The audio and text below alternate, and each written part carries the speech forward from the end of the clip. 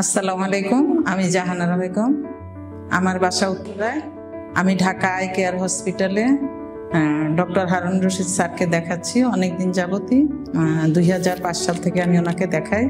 2014 সালে উনি আমাকে বলেন যে আপনার চোখে ছানি আছে। তখন আমি স্যারের কথায় 2015 সালে ফেকো সার্জারি করেছি। করানোর পরে আল্লাহর রহমতে এই 10 বছর আমি ভালোই ছিলাম। তখন আমার বাম চোখে আবার ছানি আসে।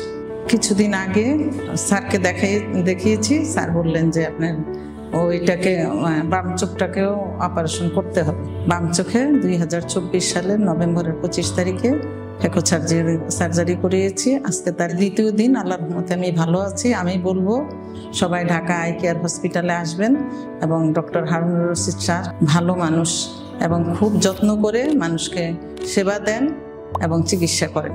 ছোটবেলা থেকে আমার চোখের সমস্যা। আমি ঢাকা শহরের প্রত্যেকটা আই হসপিটালে দেখিয়েছি। আমার মনে হচ্ছে যে ঢাকা শহরের মধ্যে সবচেয়ে ভালো ডাক্তার হচ্ছেন ডক্টর হারুন রশিদ স্যার, এবং উনি খুব দক্ষ, মার্জিত এবং খুব একজন ভালো মানুষ এবং খুব ভালো চিকিৎসা উনি দেন। মানুষের দৃষ্টি ফিরিয়ে দেন। এর চেয়ে ভালো কাজ আমার মনে হয় না আর কিছু হতে পারে। আপনারা সবাই ঢাকা আই কেয়ার হসপিটালে আসবেন এবং আমাদের হয়ে ওনাকে সহযোগিতা করবেন। উনি খুব ভালো চিকিৎসা করেন। ঢাকা আই কেয়ার হসপিটাল, চোখের যত্নে উৎকর্ষের ছোঁয়া।